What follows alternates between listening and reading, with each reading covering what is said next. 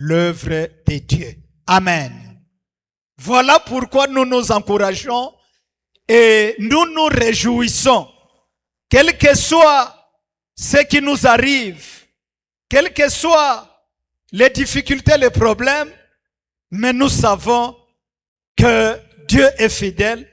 Voilà pourquoi nous venons en ces lieux pour dire merci au Seigneur de tout ce que tu as fait et de tout ce que tu feras encore.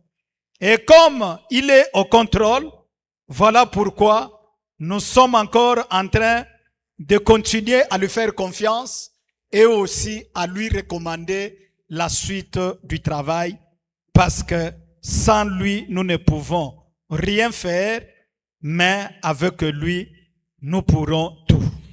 Que Dieu soit loué. Et nous allons profiter de ce temps pour donner les mots du directeur international du Campus pour Christ, tout en nous rappelant que si nous sommes là, ici à Lubumbashi, dans le petit nombre que nous sommes, mais nous devons savoir que nous ne sommes pas seuls. C'est dans chaque ville, c'est dans chaque pays que plusieurs de nôtres sont en train de se réunir afin de célébrer Dieu, de se réjouir et aussi de recommander toutes les actions entre ses mains. Et le directeur actuel du Campus pour Christ, au nom de David Robbins, c'est lui qui est en train de présider le Campus pour Christ actuellement, n'a pas manqué aussi à nous envoyer son mot alors que nous allons lire in extenso. Il dit ceci: sur notre calendrier, certaines dates évoquent des rendez-vous alors que d'autres évoquent des invitations. La date du 28 avril, c'est une invitation. En effet, c'est ce jour ici que nous nous réunissons pour notre journée mondiale de prière. Quels que soient les fuseaux horaires, les différentes langues, dans le bureau et sur le campus, au sein des équipes petites ou grandes, nous ferons une pause. Non pas parce que tout est achevé, non, parce que le travail est aisé, mais parce que nous savons quelle est la source de notre force. Plus nous investis, plus je m'investis dans le ministère, plus je suis convaincu que la prière n'est pas le prélude de la tâche, elle est la tâche elle-même. C'est havre de paix où nos motivations sont épurées, où nos fardeaux sont rééquilibrés et où nos mains crispées se détendent peu à peu. Je suis reconnaissant au Conseil mondial, ça c'est le président qui dit, que je suis reconnaissant au Conseil mondial de prière qui a choisi cette année de nous ancrer dans la parole tirée de 1 Thessaloniciens 5, 16 à 18. Soyez toujours heureux, priez sans cesse, rendez grâce en toutes choses, car c'est à votre égard la volonté de Dieu en Jésus-Christ. C'est la version Louis II. 3 courts commandements simples, clairs et irréalisables sans son aide. 1. Soyez toujours joyeux. Non pas parce que les circonstances sont faciles, mais parce que Christ est infaillible. Amen. 2. Prier sans cesse, non pas comme une performance, ni comme un devoir, mais en sachant que nous dépendons entièrement de lui et que notre désir est d'approfondir notre relation avec lui. Troisièmement, rendez grâce en toutes choses, non pas en niant les difficultés, mais en affirmant que rien n'échappe à la main souveraine de notre Dieu. Réservez cette date du 28 avril parce que chacun de nous a quitté ses occupations, son travail, ses invitations, mais tu es venu en ces lieux. C'est un honneur que nous rendons à notre Dieu. Alors, personnellement, avec toute notre équipe, venons avec sincérité, venons avec espoir et venons à Dieu et demandons à Dieu ce dont nous avons besoin. Parce que beaucoup de gens parfois ne prient pas parce qu'ils n'ont pas l'habitude de trouver la réponse à leurs problèmes par la prière. Mais ceux qui en ont fait l'expérience, qui ont déjà vu la main de Dieu, ils continuent à lui faire confiance et à lui demander, et Dieu est fidèle, il donne. Amen. Alors, que cette journée ne soit pas une simple formalité, un gaspillage de temps et d'énergie. Non, mais qu'elle soit l'occasion d'un véritable renouveau. Réjouissons-nous, car le Christ a triomphé. Prions, car il nous écoute. Et rendons grâce à lui, car il est fidèle, il est bon et il est aimant. Puissions-nous être partout dans le monde reconnus comme un peuple qui marche avec Dieu. Que réellement nous puissions être le sel de la terre et aussi la lumière du monde. À vos côtés et aux côtés de Dieu dans l'aide à l'accomplissement du mandat missionnaire donné dans Matthieu 28, 18 à 20. Tout pouvoir m'a été donné, allez et faites de toutes les nations les disciples. Que Dieu nous bénisse, nous pouvons acclamer le Seigneur. Amen. Amen, amen. Amen, amen. Oui, déjà nous avons passé des bons moments de louange et d'adoration sous la direction du Saint-Esprit qui a utilisé l'officiant du culte et aussi notre groupe merveilleux. Vraiment, soyez bénis. Amen. Et soyez aussi bénis, nous tous qui sommes dans la salle. Amen. Alors, nous, avant que nous ne puissions passer à l'écoute de la parole, il y a aussi un communiqué très important qui devait être donné au début, même maintenant. Comme nous avons beaucoup de temps ici, nous communiquons qu'il y a des installations sanitaires qui sont dans le couloir. Si vous sortez par cette porte ou par l'autre en contournant, il y a aussi une autre porte. Là, à ma gauche, ici, là où j'indique, c'est là où nous avons les toilettes des hommes. Et pour les dames, vous devez prendre ce couloir, continuer à votre droite. C'est bien indiqué aussi dans des portes toilettes dames. Alors que nous ne puissions pas souffrir à cause de l'ignorance. C'est un besoin physiologique. Amen. Ok. Alors, nous allons écouter la parole de Dieu. cette parole nous sera prêchée, donnée par le révérend pasteur Henri Moubois. Il est un ancien étudiant de ILU, IFTA, notre institution qui fonctionne dans les bâtiments.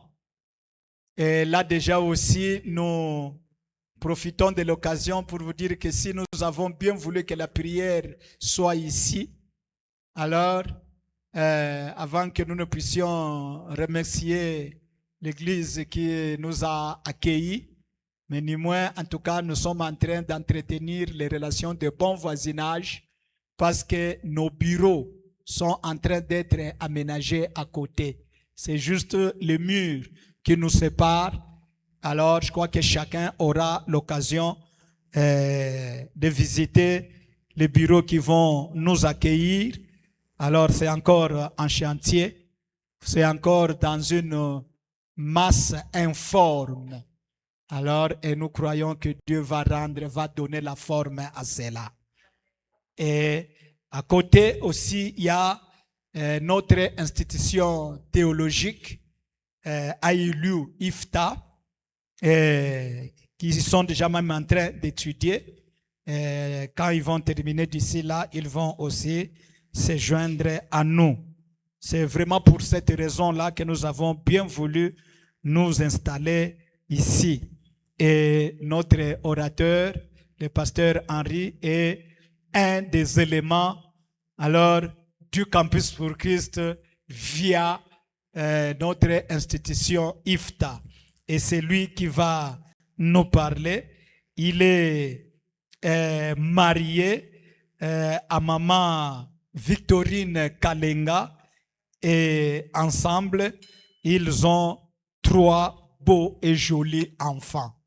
Alors voilà, pour cela, nous bénissons le Seigneur. Est-ce que nous pouvons d'abord nous tenir debout?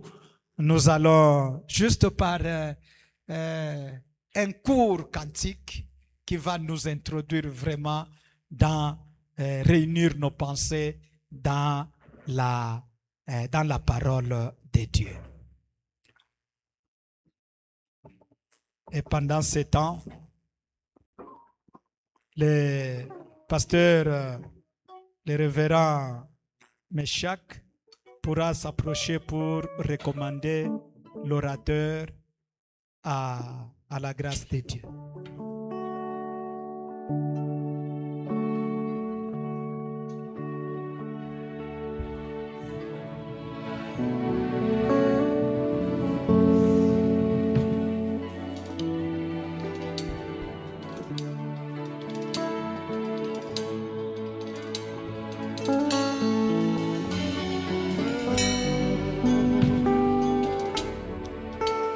Nous préparons nos cœurs à l'écoute de la parole. Commence déjà à prier, Seigneur, parle-moi. Un jour merveilleux. Éternel Dieu, Saint-Esprit, sois à l'œuvre.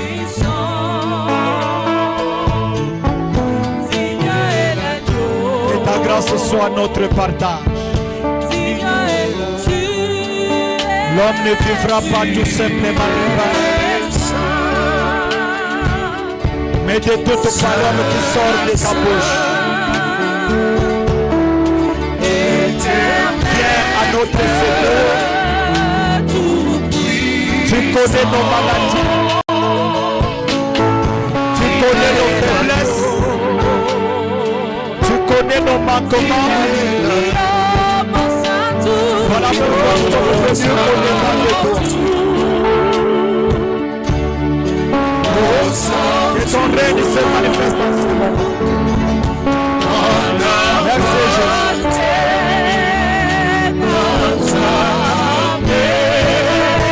Merci Jésus.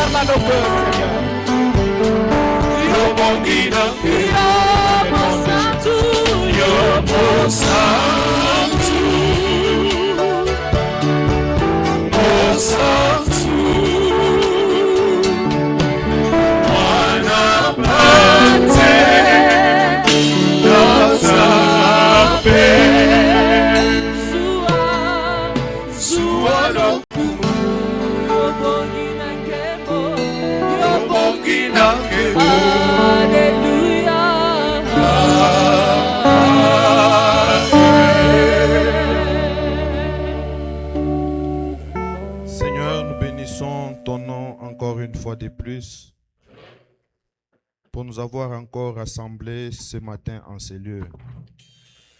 Seigneur, le moment est arrivé où nous voulons écouter ta parole. Que cette parole puisse illuminer nos esprits. Que cette parole nous communique ta pensée. Que cette parole nous guérisse. Que cette parole nous restaure. Seigneur, nous recommandons ton serviteur qui sera un instrument utilisé par toi seul, éternel Dieu. Nous les recommandons entre tes mains. Nous voulons que tu mettes des paroles qu'il faut sur sa langue. Prions aussi pour l'audience, éternel Dieu. Nous recommandons cette audience entre tes mains. Que tu nous ouvres les oreilles spirituelles afin que nous puissions capter. Que nous soyons une bonne terre, Seigneur. En sortant en ces lieux, que nous puissions dire, nous étions dans ta présence et tu nous as fait du bien. Seigneur, nous refusons toute forme de distraction. Tout esprit de somnolence au milieu de nous, nous les refusons au nom de Jésus. Nous imposons la présence du Saint-Esprit en ces lieux. Nous chassons tout esprit de Seigneur notre roi qui cherchera à contrecarrer, à contourner, Seigneur, la pensée que nous allons recevoir. Nous les refusons au nom de Jésus. Nous voulons seul Jésus puisse régner en ces lieux. C'est dans le nom puissant de Jésus que nous avons ainsi prié. Amen. Nous acclamons le Seigneur et sans plus tarder, pendant que nous asseyons, nous appelons le révérend Henri de s'approcher et sous les acclamations de notre Dieu. Merci.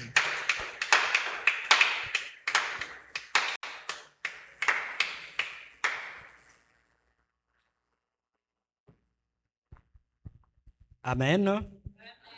Est-ce qu'on peut encore acclamer très bien pour la gloire du Seigneur?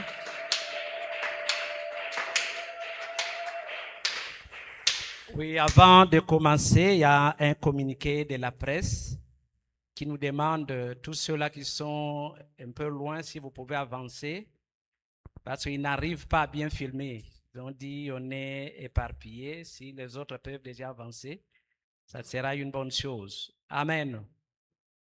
Donc, si on peut le faire rapidement, c'est la presse qui nous le demande. Nous disons merci au Seigneur, le maître de la moisson, qui a accepté de nous sélectionner aujourd'hui à ce moment de prière, journée mondiale de la prière. Mais sans oublier aussi les responsables du Campus pour Christ, qui ont accepté aussi que ce soit nous aujourd'hui qui prenons la parole et qui pouvons parler de la part du Seigneur pour nourrir son peuple. Amen. Amen. Oui, sans plus tarder, bien-aimés dans le Seigneur, comme on venait de nous dire, le thème est connu et nous allons parler sur ce thème qui nous dit « Réjouissez-vous, priez et rendez grâce à Dieu ». Nous sommes dans le livre ou la lettre à 1 Thessaloniciens, chapitre 5, le verset 16 jusqu'à 18. 1 Thessaloniciens 5, 16 à 18. Mais nous allons aussi ajouter Proverbe chapitre 17. Proverbe 17, le verset 22. Proverbe 17, le verset 22. Je vais lire 1 Thessaloniciens. Je crois qu'on vient même de nous lire ça ici. 1 Thessaloniciens chapitre 5, le verset 16 à 18, au nom de Jésus. Soyez toujours joyeux, priez sans cesse. Rendez grâce en toutes choses, car c'est à votre égard la volonté de Dieu en Jésus-Christ. Nous prenons Proverbe chapitre 17, le verset 22. Proverbe 17, le verset 22, nous lisons au nom de Jésus.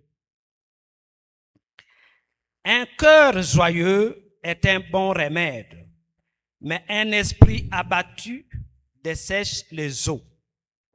Un cœur joyeux est un bon remède, mais un esprit abattu dessèche les os. C'est la parole du Seigneur. Nous pouvons nous asseoir. Oui, bien-aimés dans le Seigneur, en lisant ces textes, j'ai essayé de prendre 3 mots. Réjouir, la prière et l'action de grâce. Et ces 3 concepts ou 3 mots qui vont vraiment nous aider à bien exploiter notre sermon de ces jours. Alors avant de commencer, j'aimerais définir c'est quoi. C'est réjouir ou réjouir, c'est quoi? Quand on parle de réjouir, c'est éprouver la joie. Éprouver la joie, éprouver du plaisir, c'est féliciter, éprouver une vive satisfaction de quelque chose. C'est éprouver de la joie, c'est ça, réjouir. Éprouver du plaisir, c'est féliciter, c'est éprouver une vive satisfaction de quelque chose. Nous allons revenir tout au long de notre sermon, c'est pourquoi je ne fais pas trop de commentaires. Et la prière, c'est quoi? La prière, c'est la parole par laquelle on s'adresse à Dieu. Tous nous connaissons, et même pendant ce moment, nous étions en train d'adresser nos paroles à Dieu. Nos requêtes, nos actions de grâce, nos louanges, notre adoration, on était en train d'adresser ça à Dieu. C'est une demande faite avec une sorte d'humilité à notre Dieu. Mais c'est aussi parler avec Dieu.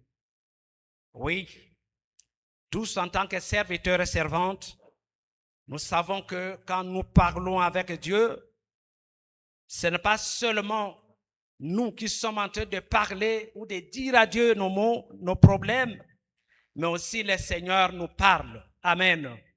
Voilà la raison pour laquelle que nous sommes là devant, parce que nous, on a parlé au Seigneur, on a exprimé nos problèmes à Dieu, mais voilà maintenant le Seigneur veut aussi faire quoi? Il veut aussi nous parler et il est en train de nous parler. Et 3, c'est l'action de grâce. L'action de grâce, c'est l'attitude de reconnaissance envers Dieu. L'attitude de reconnaissance envers Dieu sur ce qu'il a fait et même sur ce qu'il n'a pas encore fait, parce que nous espérons qu'il va le faire. Amen. Voilà, c'est pourquoi nous pouvons toujours lui dire merci, même sur les choses qu'on n'a pas encore vues, parce que nous savons que notre Dieu est fidèle et il finira toujours par nous les donner. Amen. Et quand nous lisons Jean chapitre 11, le verset 41 jusqu'à 42, là c'est Jésus-Christ qui arrive sur la tombe de Lazare. Jésus-Christ arrive sur la tombe de Lazare. J'aime beaucoup cette prière. C'est une prière qui m'aide beaucoup dans la foi. Qu'est-ce que Jésus dit? Il dit, Père, je te rends grâce de ce que tu m'as exaucé. Amen. Lazare n'était pas encore ressuscité. Jésus n'a pas encore ressuscité Lazare, mais il prie. Il dit, Père, je te rends grâce de ce que tu m'as exaucé. Donc Jésus voyait déjà l'exaucement de la prière. Amen. C'est ça l'action de grâce, même si on n'a pas encore eu ce qu'on a demandé ou ce qu'on veut demander, mais nous pouvons faire quoi? Nous pouvons rendre grâce à Dieu. Amen. Nous pouvons rendre grâce à Dieu. La prière d'action de grâce, bien aimé, c'est une prière de foi. C'est une vraiment prière de foi. La semaine passée, c'était le mardi, On nous a appelés pour nous dire que à l'église, on était éprouvés, on avait perdu une maman et c'était lors de l'accouchement. Nous sommes allés, on a fait tout ce qu'on pouvait faire, on a amené le corps à la morgue et le jeudi, c'était le jour de l'inhumation.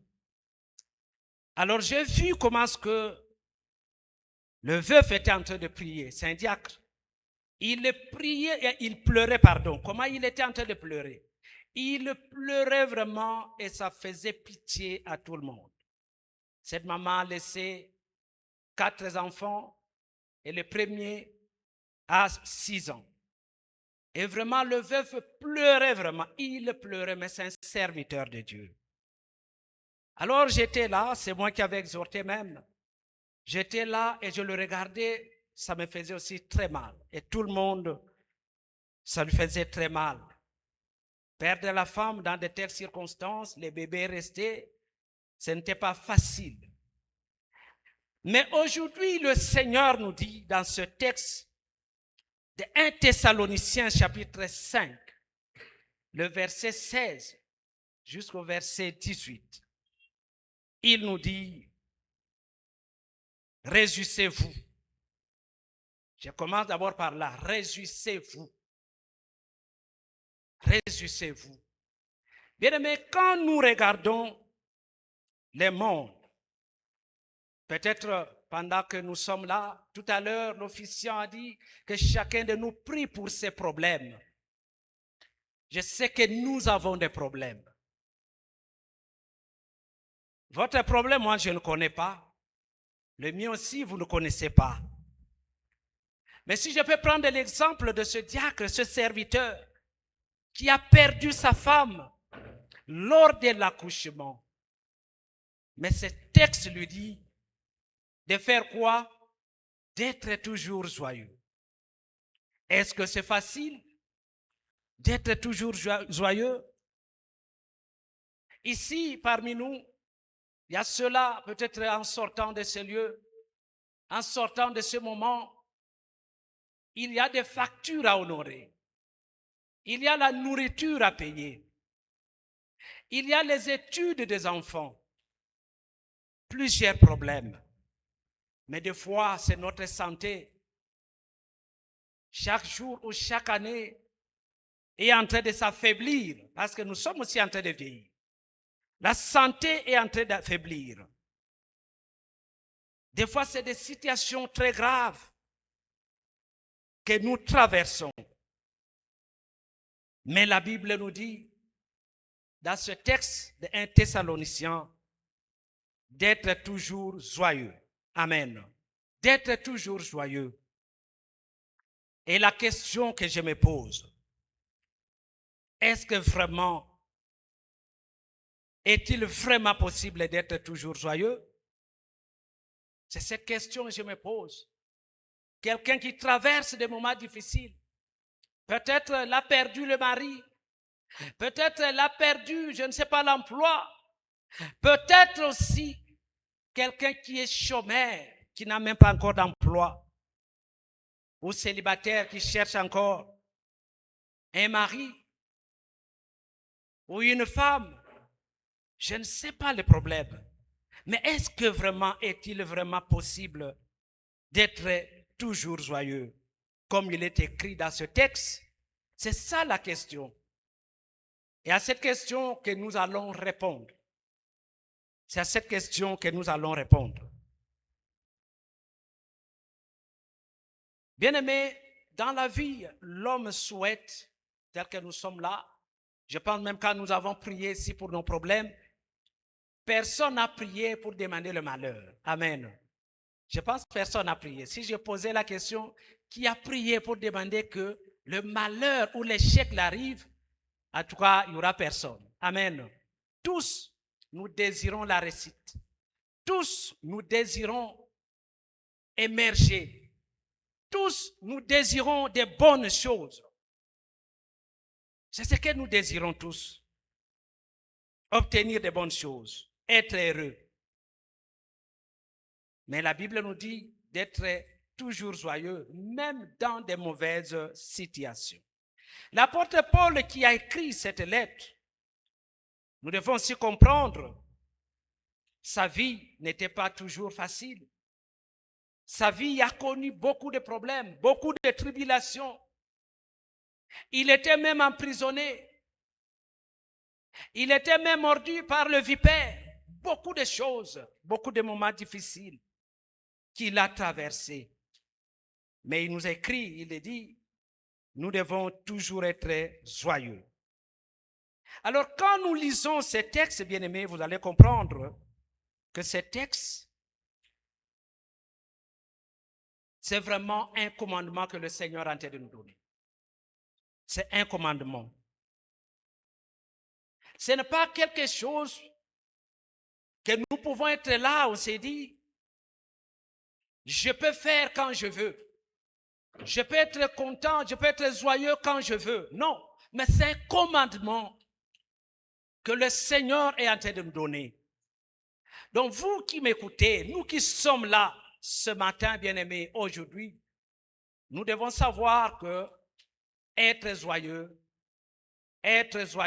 c'est un commandement du Seigneur. Il n'y a même pas à négocier. Amen. Il n'y a même pas à négocier. Quels que soient les moments, les situations que nous traversons, bien-aimés dans le Seigneur, nous devons toujours nous rappeler que la parole de Dieu nous dit, le Seigneur nous dit que nous devons être toujours comment? Toujours joyeux. Qu'il ait la réussite, qu'il ait des échecs, nous devons être toujours joyeux. Qu'on puisse avoir des tribulations ou pas, nous devons toujours être comment? Joyeux. C'est un commandement du Seigneur. Oui. Comme c'est un commandement du Seigneur, bien-aimé, quand le Seigneur donne un commandement, ce commandement n'est pas impossible à réaliser. Mais c'est toujours des commandements possibles à faire quoi? À respecter. Parce que Dieu nous connaît, il connaît notre capacité. Il connaît notre capacité. Là, je suis déjà en train de répondre à cette question. Est-il vraiment possible d'être toujours joyeux? Oui, il est possible d'être toujours joyeux. Parce que le Seigneur qui nous a donné ce commandement, le Seigneur sait que nous avons la capacité ou les capacités d'être toujours joyeux. Soyez toujours joyeux, cela veut dire quoi? Cela veut dire maintenant, aujourd'hui, en ce moment, dans cette situation que vous traversez, avec le corps que nous avons. Ce commandement ne dit pas que nous attendons demain. Non. Ce commandement ne dit pas qu'il faut attendre après un mois. Que je puisse d'abord arranger. Non. C'est vraiment maintenant. C'est aujourd'hui. C'est en ce moment. Bien-aimés, si vous êtes là, vous avez un problème qui vous dérange, qui ne vous donne pas la paix. Aujourd'hui, le Seigneur vous dit, vous devez être joyeux. C'est un commandement. Et nous allons voir comment être joyeux. C'est un commandement. Il n'y a même pas à négocier. Le Seigneur nous appelle à être joyeux. Dans cette situation, avec le corps que nous avons, avec le travail que nous avons, peut-être c'est un travail qui ne te donne pas beaucoup, mais il faut toujours être joyeux. Peu importe les circonstances dans lesquelles on peut se trouver, bien-aimés, nous devons être toujours joyeux. Amen. Alors, comment être toujours joyeux malgré les moments difficiles qu'on peut se retrouver? On se retrouve dans des situations très, très difficiles. Mais comment est-ce qu'on peut être toujours joyeux? Peut-être c'est la question que vous vous posez. Et à cette question, le Seigneur a prévu déjà des réponses. Le Seigneur a prévu déjà des réponses. La première réponse, bien-aimés, pour être toujours joyeux, malgré les moments difficiles, malgré les difficultés, malgré les frustrations, c'est en comptant et avoir toujours confiance à la parole de Dieu et à ses promesses. En comptant et avoir toujours confiance à la parole de Dieu et à ses promesses. Quand nous lisons Matthieu chapitre 5, le verset 12, bien aimé, là le Seigneur nous dit, malgré les tribulations, nous, en tant qu'enfants de Dieu, nous avons une grande récompense dans le ciel. Amen. Nous avons une grande récompense dans les cieux. Donc même si sur cette terre, en servant le Seigneur, je n'ai rien eu, sur cette terre, en donnant ma vie à Christ, je n'ai rien eu, mais je sais une chose qui me rassure, qu'au ciel, j'ai une grande récompense. Et les choses de ce monde ne peuvent même pas me troubler. Amen. Beaucoup sont troublés à cause des choses de ce monde. Quand ils les regardent, ils disent, mais l'autre a eu, il a la voiture, il a des maisons, il a ceci, cela. Bien-aimés, nous qui servons le Seigneur, nous sommes joyeux. Nous avons une très grande récompense au ciel. On ne perd pas notre temps. Amen. Nous ne perdons pas notre temps. Tout ce que nous voyons sur cette terre, c'est éphémère. Et d'ailleurs même, les jours de la mort, on ne va même pas nous enterrer avec ça. Mais les jours de la mort, je sais une chose. Le Seigneur sera toujours à côté de nous pour nous accueillir. Nous avons une grande récompense au ciel. Quelles que soient les persécutions dans le ministère, quel que soit ce que nous pouvons manquer, bien-aimés, nous devons avoir confiance à la parole du Seigneur. Cette parole qui nous promet qu'au ciel, nous avons une grande récompense. La parole de Dieu, bien-aimés, est remplie de plusieurs promesses. Je ne saurais pas citer toutes les promesses parce qu'il y en a beaucoup, plusieurs promesses. Tout à l'heure, l'officiant même a énuméré quelques promesses de la parole du Seigneur. Si on est malade, la parole du Dieu, la parole du Seigneur nous promet la guérison. Parce que la parole nous dit, par ces meurtrissures, nous sommes guéris. C'est déjà une promesse de la parole de Dieu. Quelle que soit la situation, les moments que nous pouvons traverser, bien-aimés, quand nous lisons la parole de Dieu, nous allons voir que il y a des promesses. Il y a des promesses. Et nous pouvons nous approprier de toutes ces promesses et réclamer cela au Seigneur. La parole de Dieu, bien-aimé, quand cette parole vient, comme aujourd'hui là, le Seigneur est en train de nous parler, de nous réjouir, d'être toujours joyeux, quand cette parole vient, cette parole ne rentre pas sans avoir accompli la mission qu'elle a été envoyée. Si c'est pour la guérison, cette parole qui est venue pour la guérison ne peut pas rentrer auprès du Père sans accomplir la guérison dans ta vie, dans ma vie.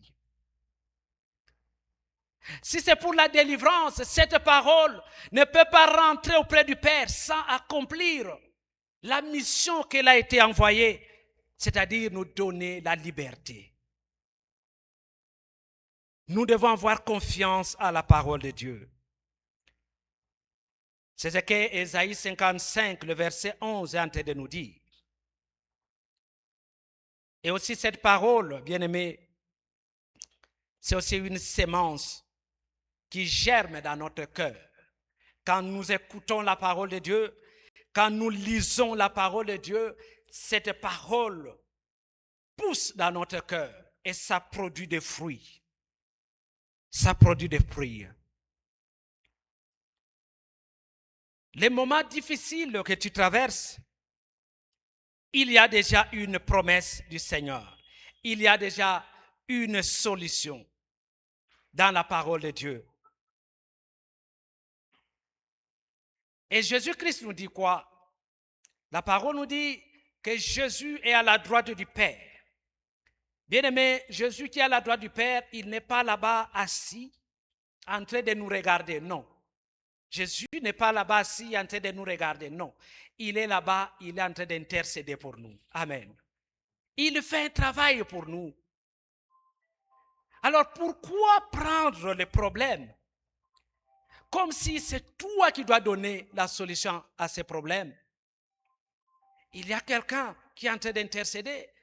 Il y a quelqu'un qui est là. Il attend seulement que nous puissions l'amener le problème, lui donner le problème. Et lui, il va faire quoi? Il va nous donner la solution. Bien-aimés, nous n'avons pas raison de garder le problème avec nous. Nous n'avons pas raison d'avoir des soucis à cause de telle ou telle chose. Il y a quelqu'un qui a donné sa vie. Il y a quelqu'un qui a accepté de mourir sur la croix pour nous donner la solution. C'est Jésus-Christ. C'est Jésus-Christ. Alors nous n'avons pas raison. Tu vas faire 2 jours, 3 jours, 4 jours, 1 mois avec des problèmes. Ça t'amène même des maladies. Et pourtant, la solution est là. Quand on lit la parole, il y a la solution à tous ces problèmes. Deuxième raison, ou deuxième chose, c'est la prière. La prière. C'est par la prière. Prier, c'est quoi? Prier, c'est demeurer dans la présence du Père ou la présence du Seigneur en réclamant sans cesse sa grâce et sa bénédiction. Prier, c'est demeurer dans la présence du Père en réclamant sans cesse sa grâce et sa bénédiction. Nous devons prier. Et comme le texte nous a dit, de prier sans cesse. Nous devons prier, bien-aimés, chaque jour. Chaque jour, nous devons prier. On ne peut pas voir peut-être des jours sélectionnés pour prier, mais nous devons prier chaque jour. Et d'ailleurs, la première des choses, quand on se réveille le matin, c'est prier. On ne peut pas se réveiller le matin, commencer à faire je ne sais pas quoi. Non, la première des choses, un enfant de Dieu doit faire quand il se réveille le matin, c'est prier. C'est recommander la journée entre les mains du Seigneur. Recommander tout ce qu'on peut faire, tout ce que vous avez planifié entre les mains du Seigneur.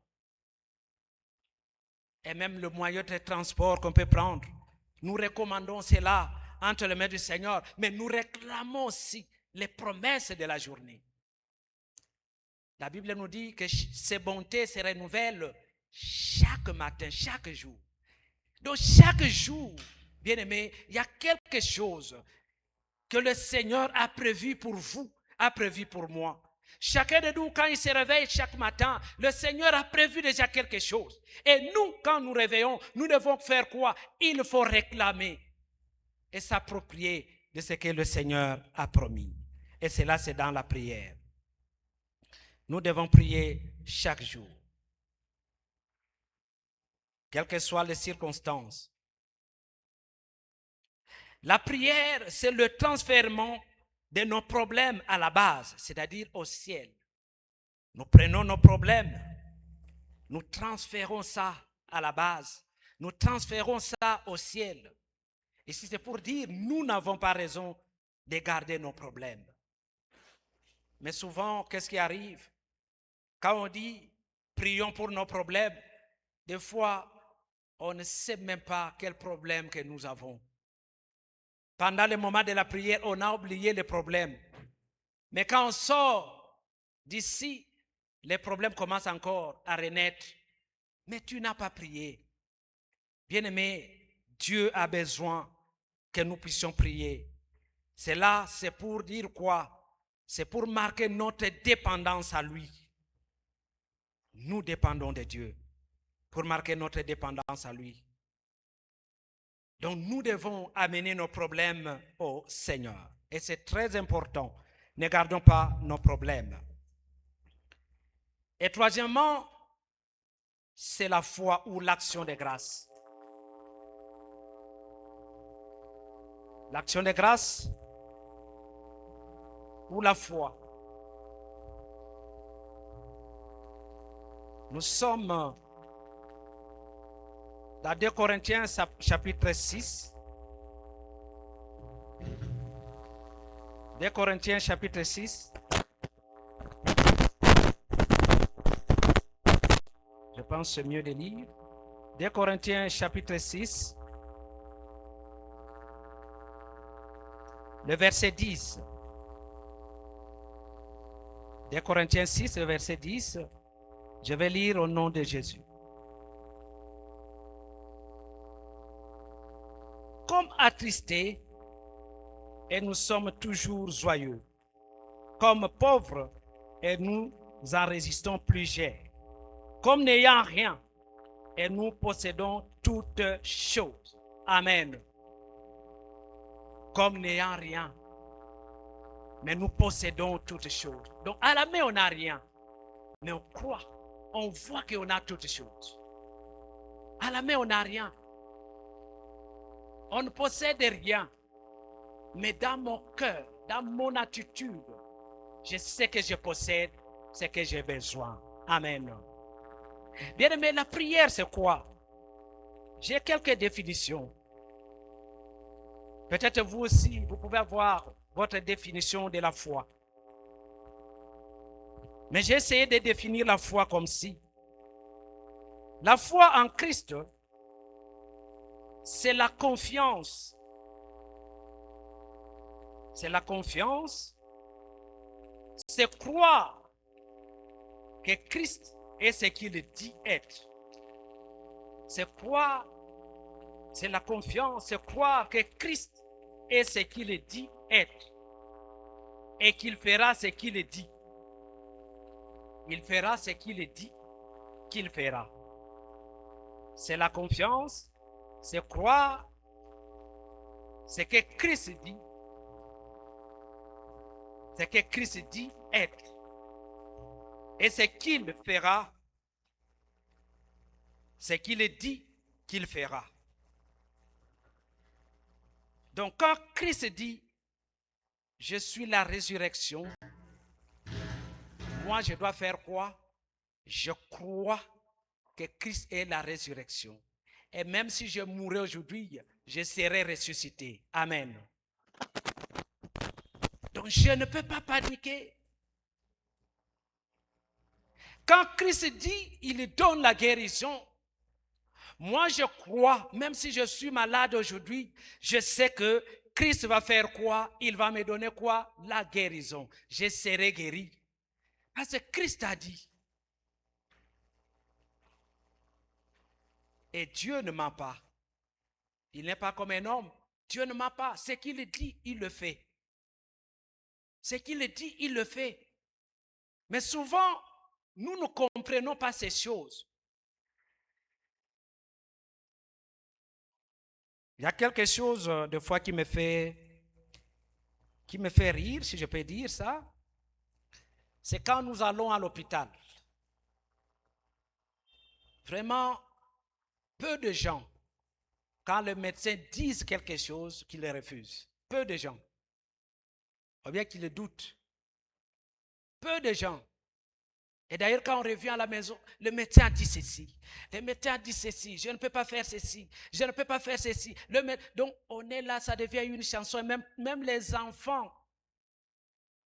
On raconte même aux enfants. Non, le médecin a dit déjà ceci à maman. Le médecin a dit ceci à papa. Le médecin a dit ceci. C'est bien. Mais est-ce que nous, quand Christ dit quelque chose, nous racontons ça aussi aux gens? Nous disons aussi aux gens que non, la maladie que j'ai, Christ m'a dit, il va me guérir. Amen. Souvent, nous ne le disons pas. Mais voilà ce que la foi nous recommande. C'est croire à ce que Christ a dit. Nous devons croire à cela. Et la foi doit être toujours active. Une autre définition, bien-aimés. La foi signifie que nous sommes convaincus que ce que Dieu promet ou ce que Dieu a promis et ce que nous demandons, Donc ce que Dieu a promis et ce que nous demandons est à nous. Je ne sais pas si vous me faites comprendre. Je vais reprendre. La foi signifie que nous sommes convaincus que ce que Dieu a promis, amen, nous sommes convaincus que ce que Dieu a promis et ce que nous demandons est à nous. Est-ce que je me fais comprendre? Ou bien que je puisse reprendre? La foi signifie que nous sommes convaincus que ce que Dieu a promis, je commence là-bas. Si Dieu a promis de nous garder, de nous sécuriser,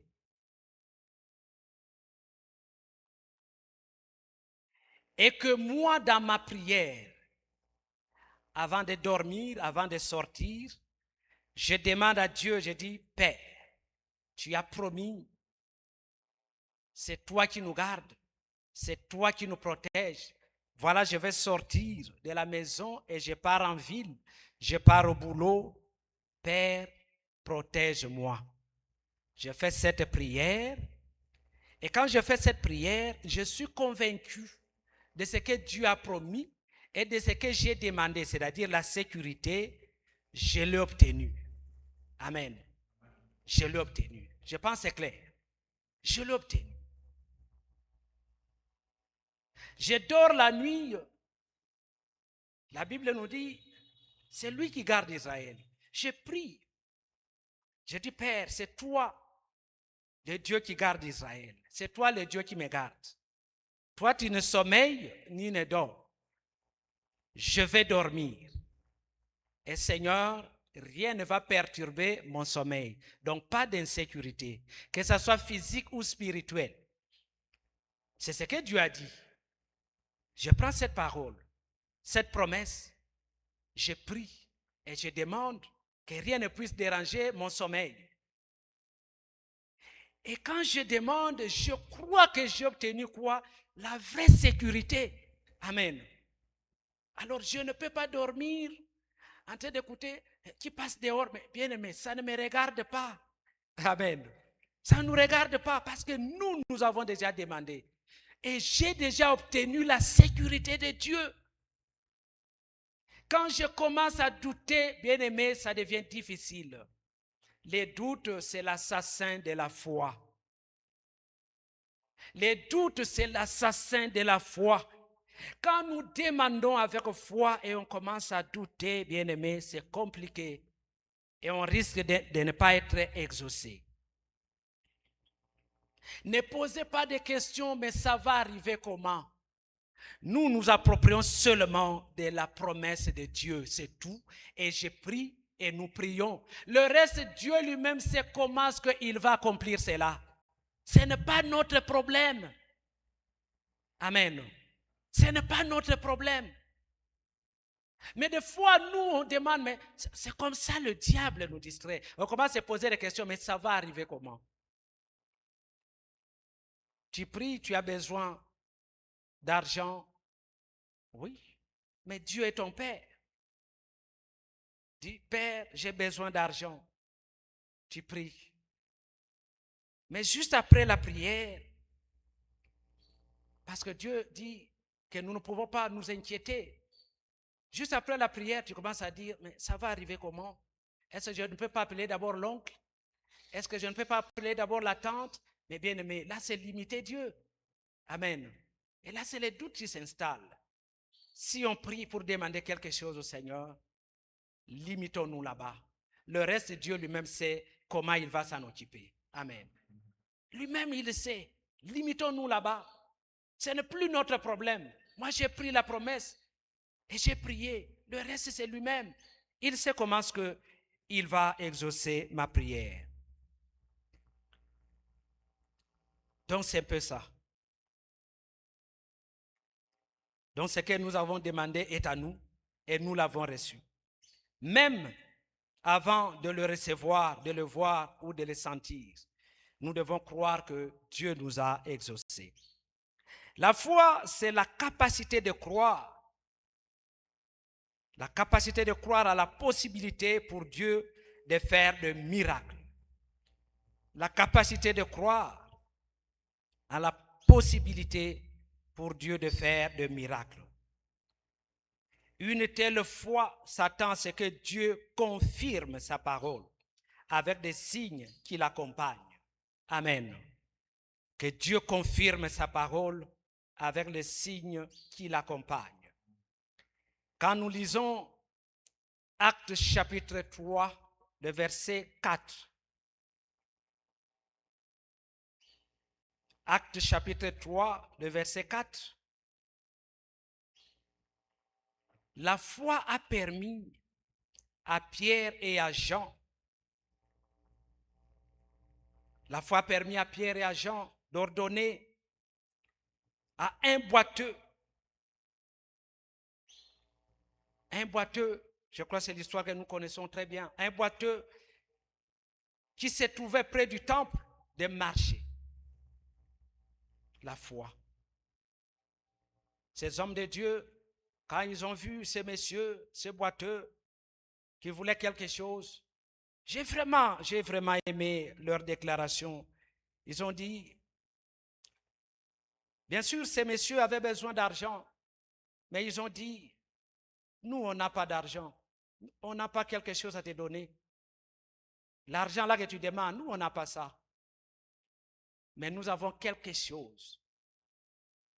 Nous avons quelqu'un qui peut résoudre totalement tes problèmes. Cette personne se trouve à nous. Et nous pouvons dire à cette personne de te donner totalement ce que tu cherches. Ce que tu as besoin, ce n'est pas l'argent. Ce que tu as besoin, c'est marcher. Tu n'as pas besoin d'argent, mais tu as besoin de marcher. Et voilà, ils vont faire une déclaration. Une déclaration de foi. Au nom de Jésus-Christ, tiens-toi debout et marche.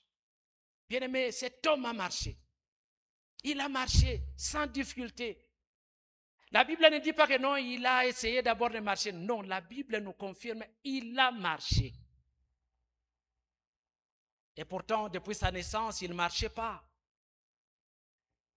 Et cet homme aussi n'a pas hésité.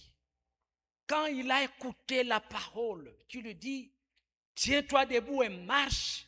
Bien-aimé, il a laissé tout ce qui le servait de marcher. Il s'est tenu debout et il a marché. Amen. Même pas d'hésitation. Et il a commencé même à témoigner. Alors, qu'est-ce que nous entendons de la parole de Dieu? Voilà, c'est pourquoi Jésus pouvait dire, la foi vient de ce qu'on entend. Et ce qu'on entend vient de quoi? De la parole de Dieu. Quand nous lisons la parole nous parle de beaucoup de choses et nous devons avoir foi à cette parole. Mais il y a aussi le Saint-Esprit. Le Saint-Esprit. C'est le texte que nous venons de lire. Que nous venons de lire dans Proverbes chapitre 15. Il y a aussi le Saint-Esprit. Proverbes chapitre 15. Nous allons lire Proverbes chapitre 15, le verset 13. Proverbes 15, le verset 13. Un cœur joyeux rend le visage serein. Un cœur joyeux rend le visage serein. Mais quand le cœur est triste, l'esprit est abattu. Quand le cœur est triste, l'esprit est abattu. Voilà les conséquences de la tristesse. Même le Saint-Esprit n'est pas content. Même le Saint-Esprit n'est pas content. Bien-aimé, la joie est un fondement spirituel très important. La joie, c'est un fondement spirituel très important. Elle est essentielle pour nourrir notre vie chrétienne, la joie. La joie est essentielle pour nourrir notre vie chrétienne. La joie, c'est une force spirituelle qui nous protège contre la dépression. La joie. C'est une force spirituelle qui nous protège contre la dépression. Bien-aimés, en vivant dans la joie, nous, en tant que croyants, en tant que chrétiens, nous pouvons nous assurer que le jardin spirituel de notre cœur est bien arrosé. Le jardin spirituel de notre cœur est bien arrosé. Et ce jardin reste fort face aux défis de l'ennemi, aux défis du monde.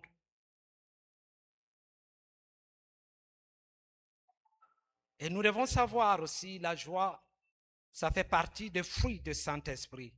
Quand nous lisons Galates chapitre 5, le verset 22. La joie fait partie des fruits du Saint-Esprit. La joie, ce n'est pas une simple émotion, mais c'est une force spirituelle stable qu'un chrétien ou une chrétienne ne peut pas manquer.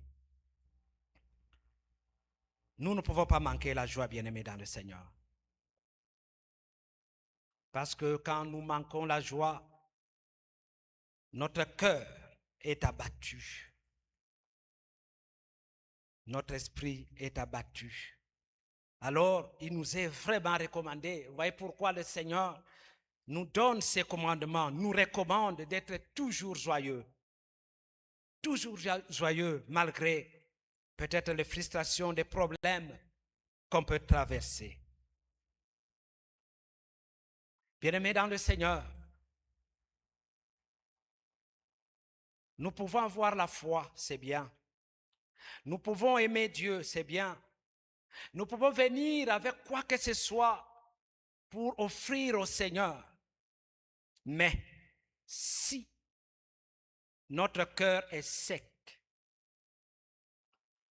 notre cœur est amer, notre cœur est découragé, épuisé,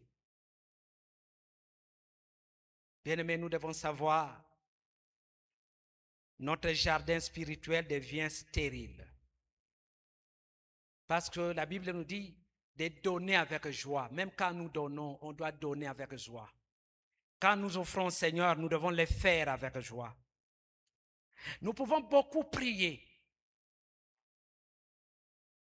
Nous pouvons beaucoup prier, bien-aimés. Jeûner longtemps. Comme nous sommes là, c'est presque toute la journée, nous sommes en train de prier. Jeûner longtemps. Servir Dieu. Nous sommes là, des serviteurs et servantes. Nous pouvons faire je ne sais pas quoi dans la maison de Dieu. Mais si nous perdons la joie,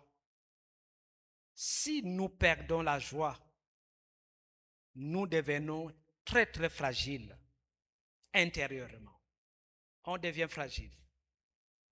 Intérieurement, bien-aimé, on devient très très fragile. Mais par contre, si nous gardons notre joie, nous devenons une menace pour l'ennemi. Amen. Si nous gardons notre joie, nous devenons une menace pour l'ennemi. Même lorsque nous traversons des tempêtes, nous devons garder la joie. Pourquoi nous devenons une menace? Pourquoi nous devons garder la joie? Parce que la joie prouve que l'ennemi n'a pas réussi à atteindre le cœur, à atteindre son objectif. Parce que l'objectif de l'ennemi, c'est nous voir tristes. Vous n'avez rien, les gens commencent à se moquer de vous. Et quand vous écoutez leur moquerie, vous devenez triste. C'est ça leur objectif. Mais quand ils vous trouvent toujours joyeuse, ils se posent la question, mais malgré tout ce que nous avons fait, nous voyons la personne est toujours joyeuse. Mais quel est vraiment son secret? Le secret, c'est la parole de Dieu. Le secret, c'est Jésus qui est dans notre cœur. C'est ça le secret. Et là, vous allez voir qu'est-ce que l'ennemi va faire. Il va changer de stratégie. Mais même s'il changeait de stratégie, il nous trouvera toujours joyeux. Il nous trouvera toujours joyeux. Il ne va pas atteindre l'objectif. Bien-aimés, nous devons être toujours joyeux. L'ennemi commence, ou l'ennemi ne commence pas toujours par des grandes attaques. Souvent, non. Souvent, il ne commence pas par des grandes attaques. Il commence par des accumulations, des petites frustrations, des petites déceptions. Ça commence des petites frustrations, des petites déceptions, des petites blessures non guéries. Il commence toujours avec ça. Des petites discussions à la maison, au foyer, pas de solution, et ça commence à s'accumuler. Et là, comme je venais de dire, son objectif est simple. C'est éteindre petit à petit, progressivement, la joie qui est à nous. Voilà, c'est pourquoi nous devons faire attention. Même des petites choses, des petites frustrations, nous ne pouvons pas garder ça dans notre cœur. Amen. Nous ne pouvons pas garder ça dans notre cœur. Bien-aimés, quand la joie disparaît, la vision devient confuse. Ça, les conséquences. La vision devient confuse. Et même la foi devient lourde à porter quand on n'a pas la joie. Et même la foi devient lourde à porter. Ça, pour ceux qui écrivent, on peut écrire, nous sommes dans Actes chapitre 5. Actes chapitre 5, le verset 41.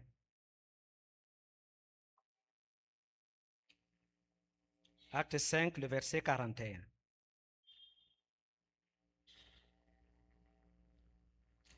Je peux lire dans ma version. Les apôtres se retirèrent de devant le Sanhédrin, joyeux d'avoir été jugés dignes de subir des outrages pour le nom de Jésus.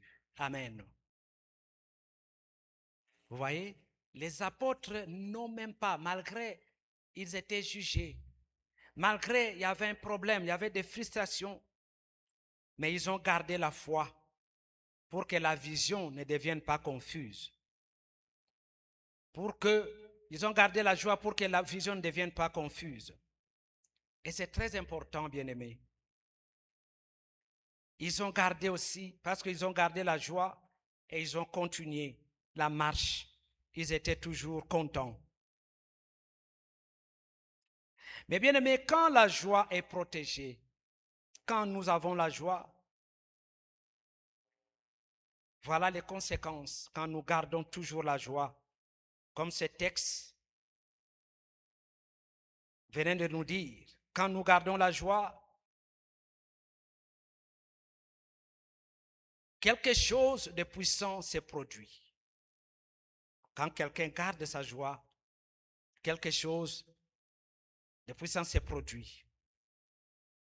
Tout ce qui est problème ou souci perdent leur contrôle sur nous. Amen. Tout ce qui était comme problème, tout ce qui était comme souci, ça perd automatiquement leur contrôle sur nous quand nous gardons la joie.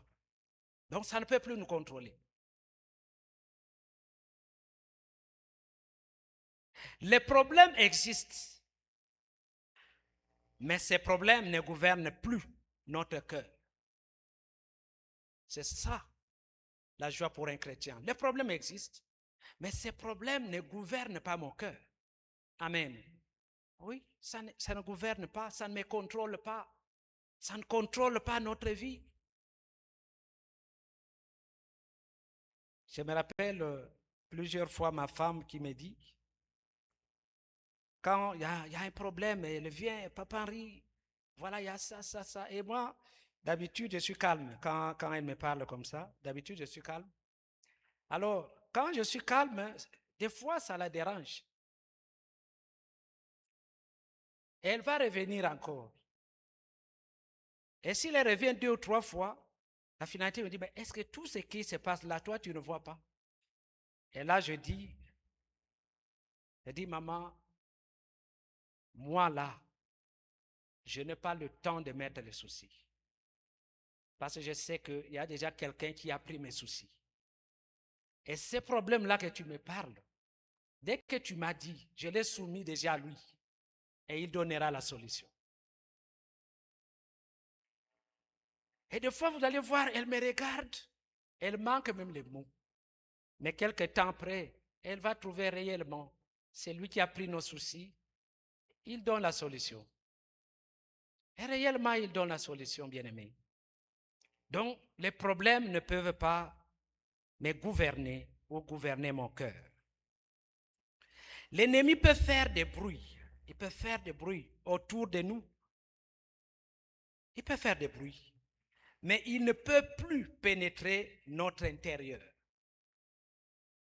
Il peut faire des bruits, il fait des bruits, il fait des bruits. Vous allez écouter les gens en train de vous injurer, parler quoi que ce soit. Mais notre intérieur, il ne peut pas pénétrer. Notre intérieur, c'est réservé à Jésus-Christ. Notre intérieur, c'est réservé à Jésus-Christ. Et c'est lui le prince de paix. Il nous a donné déjà la paix. Donc le bruit de l'ennemi là, c'est à l'extérieur. Mais à l'intérieur là-bas, oh, ça n'entre pas. Là-bas, c'est réservé à Jésus-Christ. C'est réservé à la joie. C'est réservé à la paix. C'est réservé à la paix. Voilà, quand nous sommes joyeux, l'ennemi ne peut pas pénétrer notre intérieur. Il ne peut pas pénétrer. Bien-aimé, si l'ennemi a réussi à pénétrer votre intérieur, posez-vous des questions. Aujourd'hui, c'est possible de remettre la joie à l'intérieur de votre cœur. Bien-aimé, la joie attire la faveur divine. La joie que vous voyez, ça attire la faveur de Dieu dans notre vie. Mais aussi la joie libère la louange et déclenche le miracle. La joie libère la louange et déclenche le miracle. Quelqu'un qui est content, vous allez voir même sa façon de louer Dieu. Vous allez voir. Il va louer Dieu, vous regardez réellement, lui, il y a la joie. Tout à l'heure, là, nous avons loué le Seigneur. Et c'était très bien. Je voyais chacun de nous en train de danser, de louer Dieu, d'adorer Dieu. C'est le signe que nous avons la joie dans notre cœur. Oui, quand nous lisons Actes chapitre 16, le verset 25 à 26, la Bible nous parle de Paul et Silas. L'histoire que nous connaissons très bien. L'histoire de Paul et Silas. La joie accélère l'accomplissement des promesses de Dieu dans notre vie. La joie, bien-aimée, parmi les bénéfices ou l'importance de la joie, ça accélère l'accomplissement des promesses de Dieu dans notre vie. Ça accélère cela. Est-ce que, bien-aimé dans le Seigneur, en écoutant ce que le Seigneur venait de nous dire, pouvons-nous dire réellement nous avons la joie? Pouvons-nous dire réellement nous prions sans cesse? Est-ce que réellement nous rendons grâce à Dieu? Chacun de nous a une réponse dans son cœur. Mais voilà le vœu de mon cœur pour vous et pourquoi pas pour moi-même aussi. Que cette année 2026,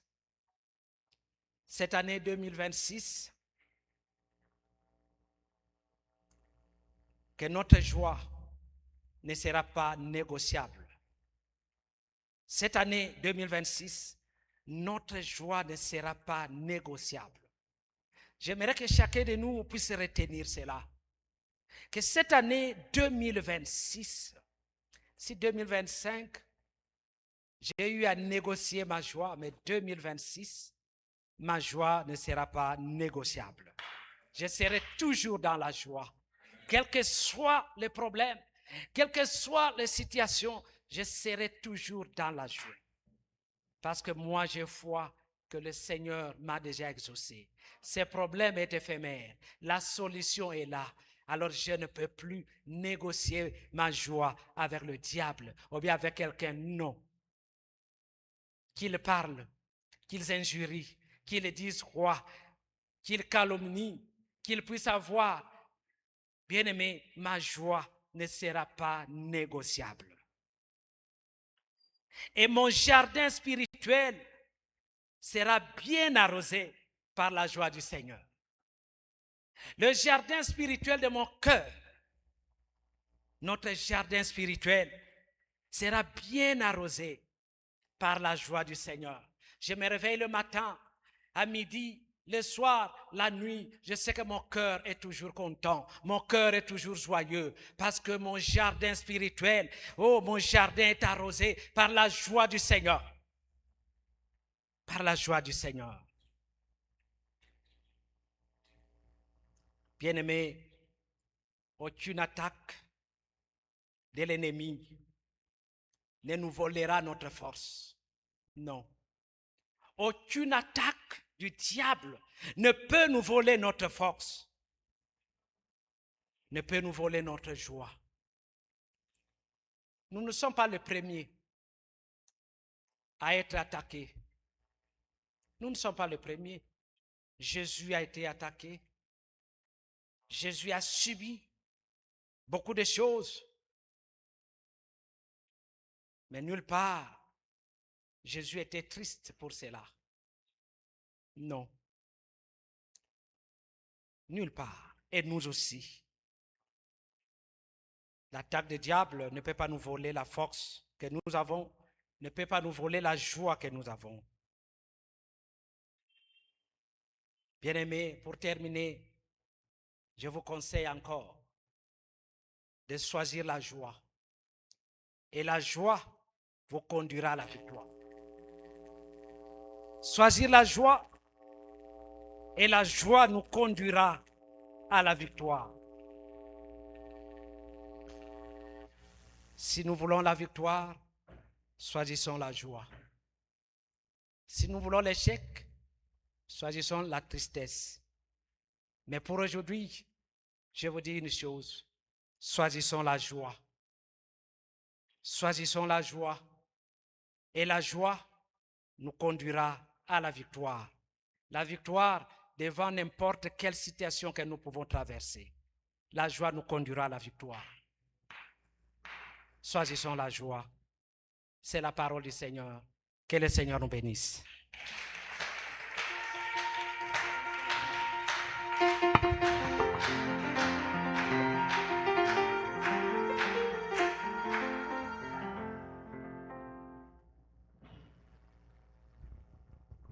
Sitasumbuka kwa kuwa Mungu ni baba yangu awezi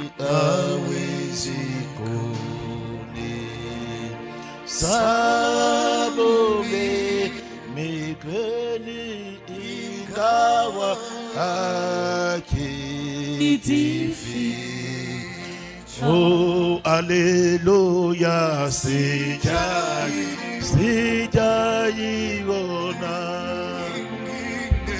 ingine sekona jana imetoweka. Haleluya, na leo Mungu anasetu wa kweli zake zote zina. Oh, haleluya, sijaiona ingine sekona jana imetoweka.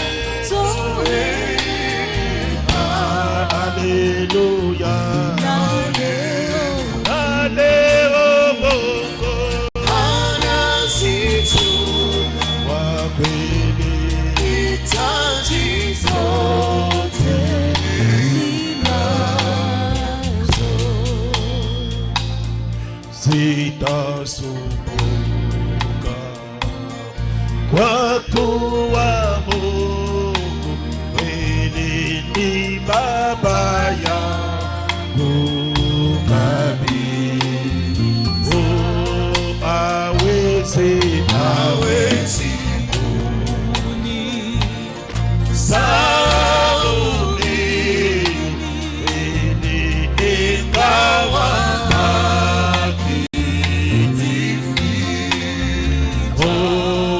Hallelujah,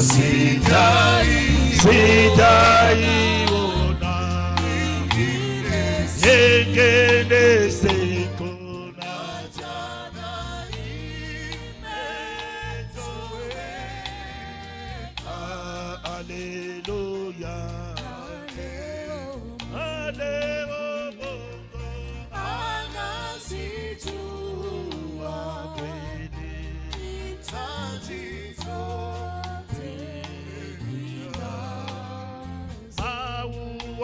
yote anayapeka anayandeke wote na peke wote wanapokea chakula chao chakula pasipo shamba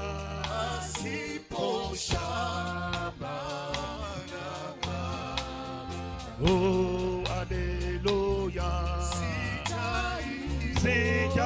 sijayeona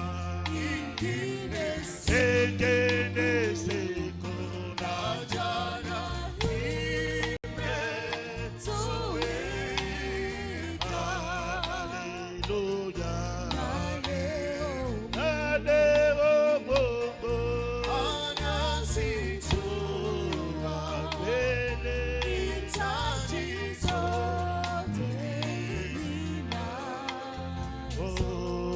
hallelujah, sijayeona yengine sikuna jana imetoweka. Hallelujah,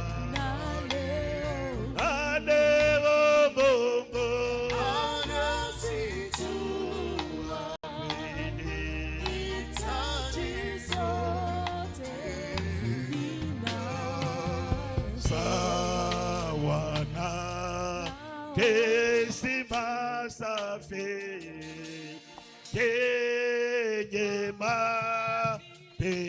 mengi mema ni upendo wa Mwokozi ukala ndani Bwana Yesu amefungua mlango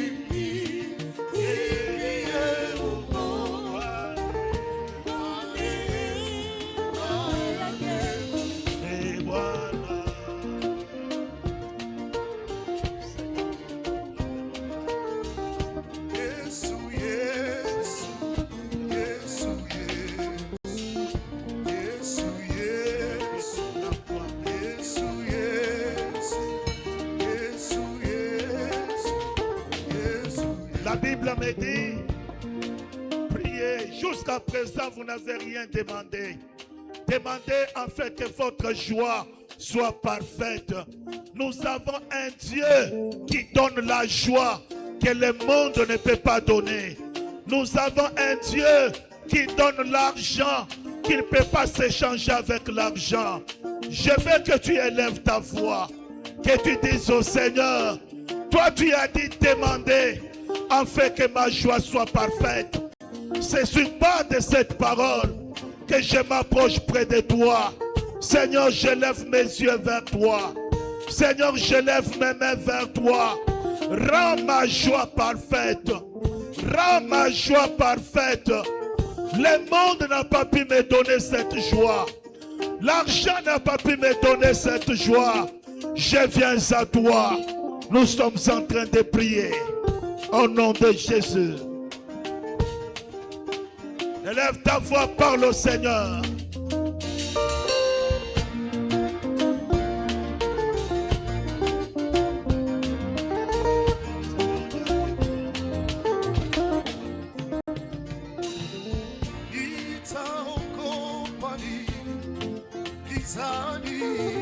Gizani duniani, usikuachiwa peke, bali natumaini. Mwokozi yu karibu, asiyeba. Namushukuru.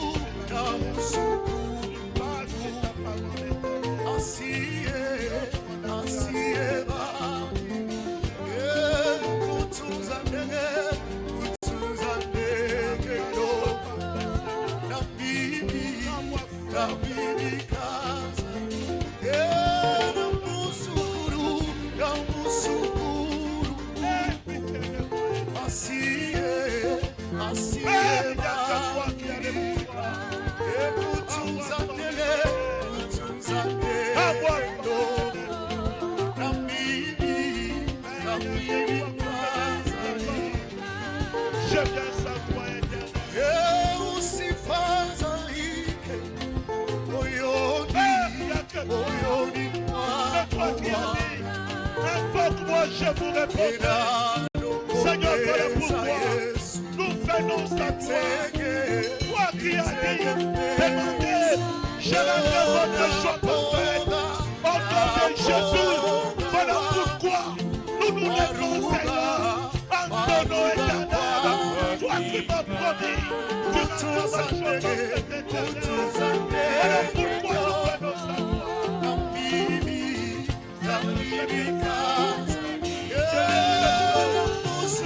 Je chanterai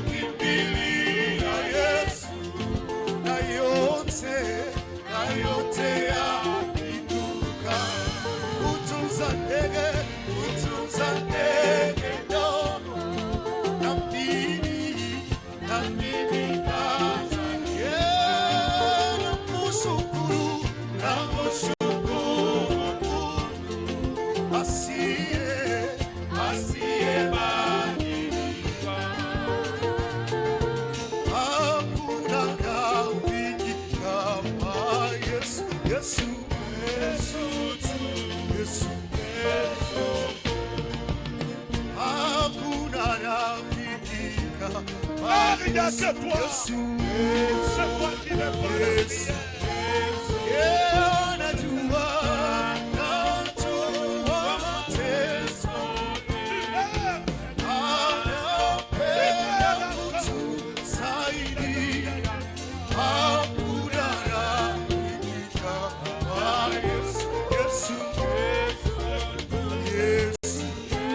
Yeah.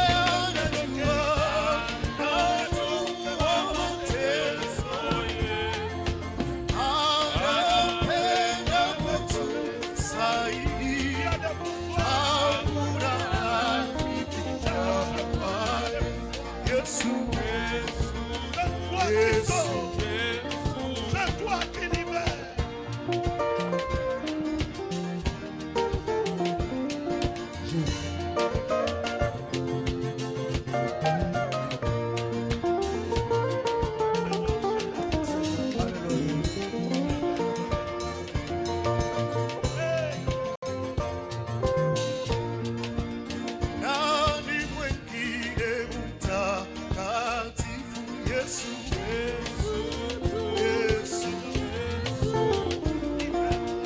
Hakuna mwingine anaweza yote ila Yesu, Yesu. Tegemeo letu ni Yesu, Mungu Baba. Yesu, Yesu. Anajua mateso. Yesu anapenda kutusaidia. Hakuna rafiki kama Yesu. Yesu, Yesu, Yesu.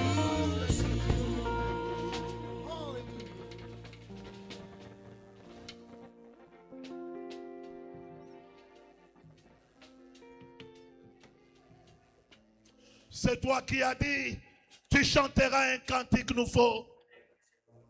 Tu n'es pas un homme pour mentir, ni un fils de l'homme pour te repentir, Père.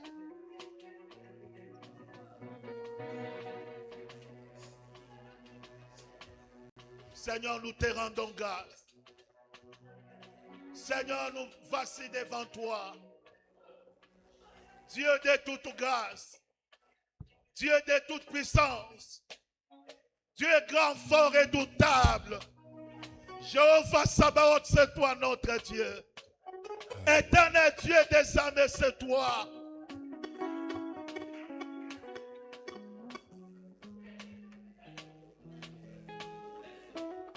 Comment ton peuple sera dans la joie?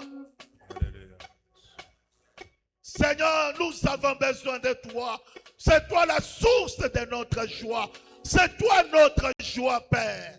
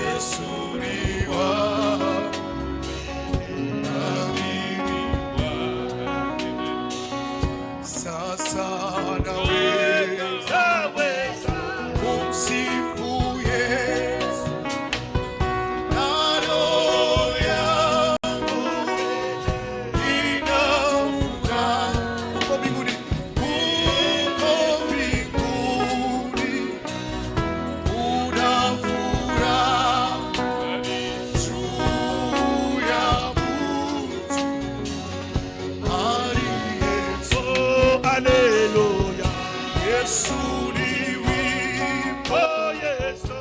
naraya, Alléluia.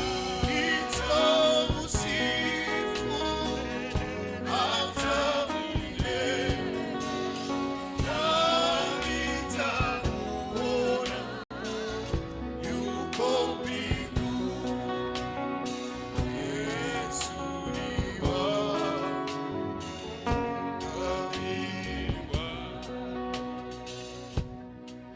Yesu ingia rohoni hakika, nitoe na kunitakasa, nipate Dis au Seigneur, je vais témoigner ta grandeur.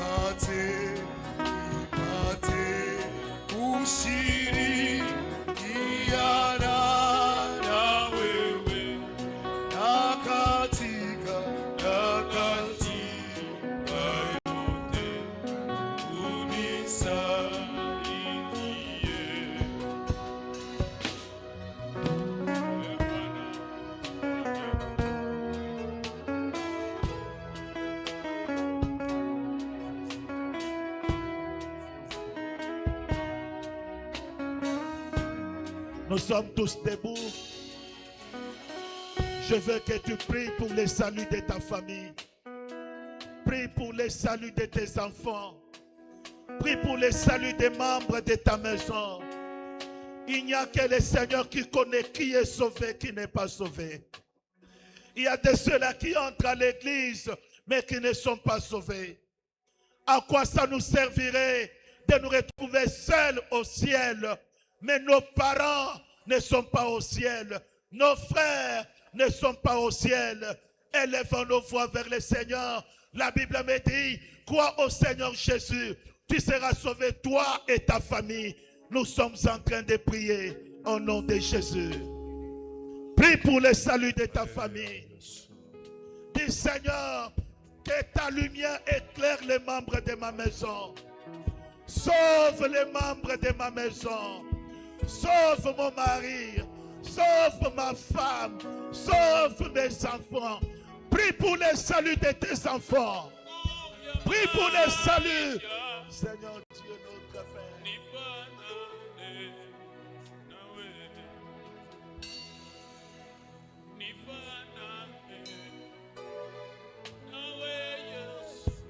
Prie pour le salut de ta famille. Dis Seigneur, sauve ma maison. Que mes enfants soient sauvés. Seigneur, je prie pour le salut de ma femme. Je prie pour le salut de mes enfants. Sauve mes parents, Seigneur. Sauve ma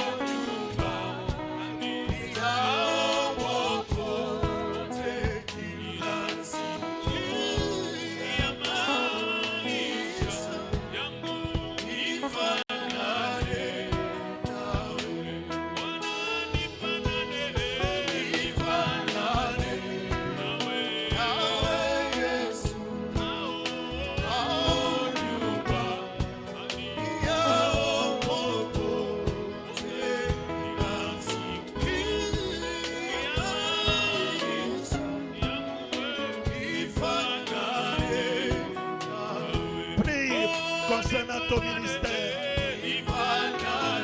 Seigneur, soutiens-moi. Seigneur, soutiens-moi dans mon ministère. Que le Seigneur te soutienne. Dans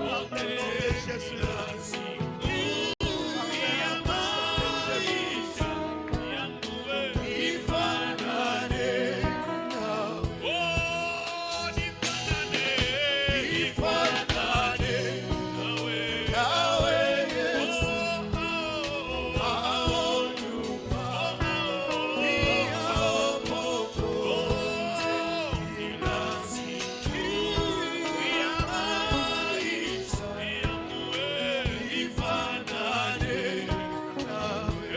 Nous allons prier pour le salut des âmes. Nous allons dire au Seigneur, nous prions pour le salut des âmes.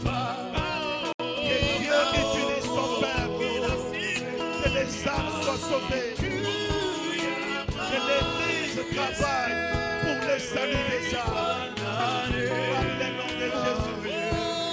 Par le nom de Jésus. Par le nom de Jésus.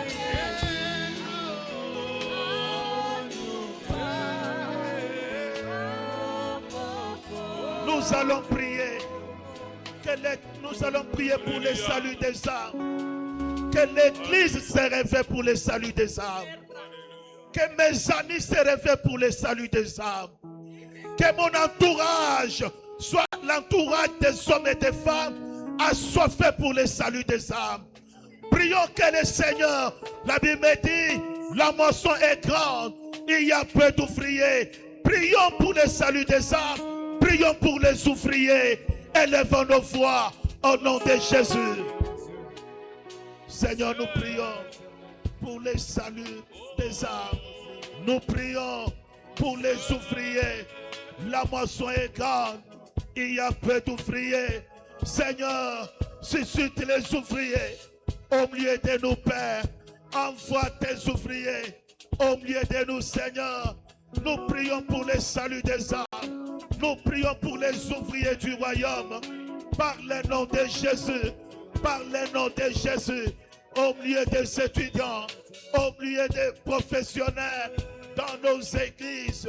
Dans nos quartiers. Nous prions pour les ouvriers. Nous prions pour les ouvriers. Suscite encore les ouvriers. Les hommes et les femmes qui ont un cœur pour le salut des âmes. Qui ont un cœur pour le salut des âmes. Qui ont un cœur pour le salut des âmes. Qui ont un cœur pour le salut des âmes. Ramène l'Église pour le salut des âmes. Seigneur Dieu notre Père, nous faisons ça toi au nom de Jésus.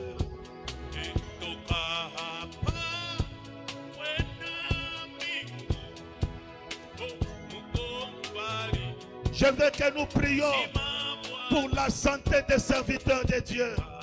Prions pour nos pasteurs. Prions pour les évangélistes.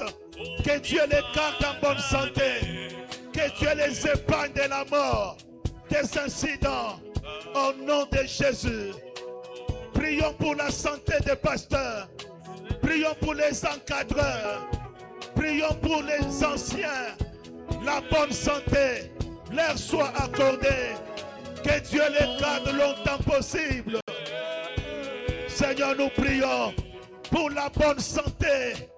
Nous prions la bonne santé de nos pasteurs. La bonne santé des évangélistes. La bonne santé de tes serviteurs.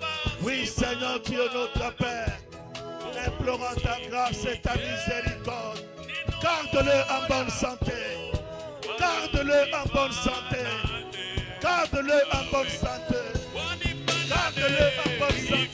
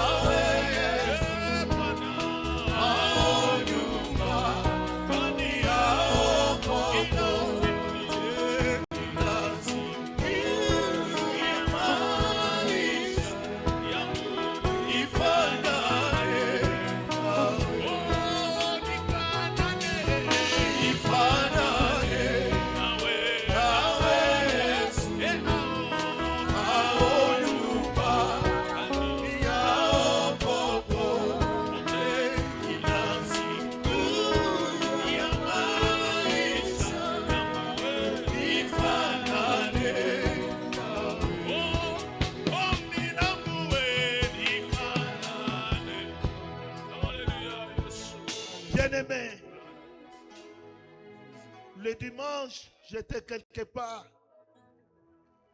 J'ai rencontré au moins 5 pasteurs avec un même problème. Celui-ci qui venait, qu'il a un problème d'hypertension. L'autre qui venait, qui disait, je n'ai pas pu dormir il y a 2 semaines. Chacun pouvait se plaindre.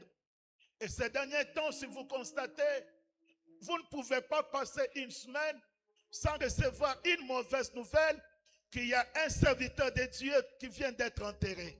Je veux qu'en tant qu'Église, comme à l'époque de Pierre, quand Pierre était en prison, l'Église s'est levée pour refuser la mort de Pierre.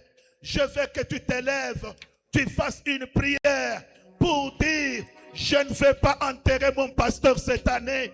Je ne vais pas enterrer les serviteurs de mon église.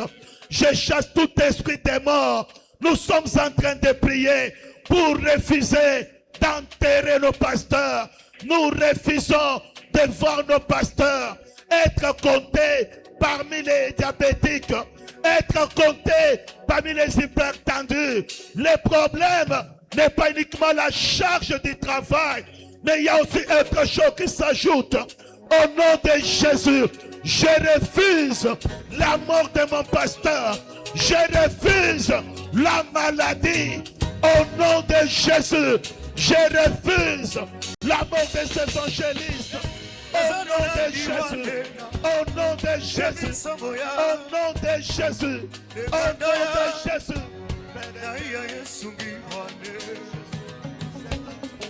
Tata, uluna muya pele sauno. Tata, uluna muya pele sauno. Una pamiso, tata, uluna muya pele sauno. Au nom de Jésus, je refuse la mort, je refuse les accidents, je refuse les incidents, les maladies dans la vie du pasteur, dans la vie des anciens, dans la vie des serviteurs. Au nom de Jésus, au nom de Jésus, c'est en tant que serviteur de Dieu, je refuse cela, je refuse cela, je refuse cela.